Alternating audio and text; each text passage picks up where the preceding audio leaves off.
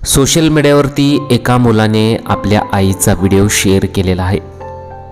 हाय rise फ्लॅटमध्ये राहण्याची काय रिॲलिटी असते या मुलाने दाखवलेली आहे। म्हणजे पुणे मुंबईसारख्या ठिकाणी अनेक लोक राहतात, परंतु तेथील रिॲलिटी काय असते असं सुद्धा त्या मुलाने सांगितलेलं आहे।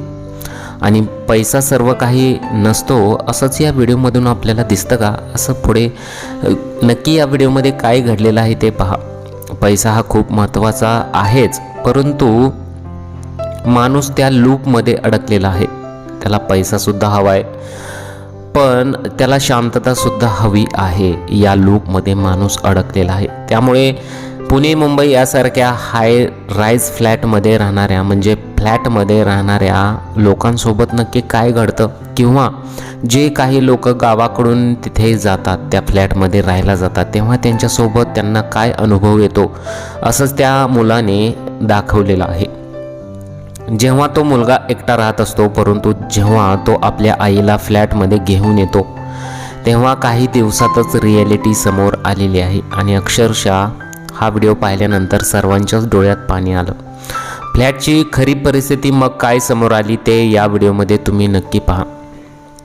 आता याच मुलाने सोशल मीडियावरती आपल्या आईचा व्हिडिओ पोस्ट केला आणि पोस्ट केल्यानंतर अनेक लोकांना जे अश्रू अनावर झालेले आहेत। पैसाच सर्व काही नसतो अशाच कमेंट्स बरेच युजरांनी केलेले आहेत। त्याचबरोबर काही युजरांनी असं सांगितलेलं आहे की पैसासुद्धा खूप कमवणं महत्त्वाचं आहे। आता झालं असं होतं की या फ्लॅटमध्ये, या मुलाच्या फ्लॅटमध्ये त्याची आई गावाकडून राहायला येते आणि ती इथेच राहणार आहे असं तो मुलगा सांगत आहे।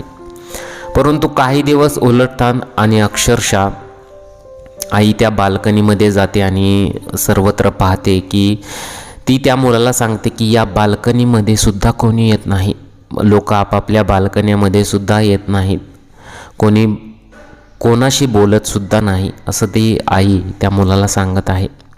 मला सतत वाटतं की कोणीतरी माझ्याशी बोलावं, किंवा मी कोणाशी तरी इथल्या फ्लॅटमधील राहणाऱ्या लोकांशी बोलावं।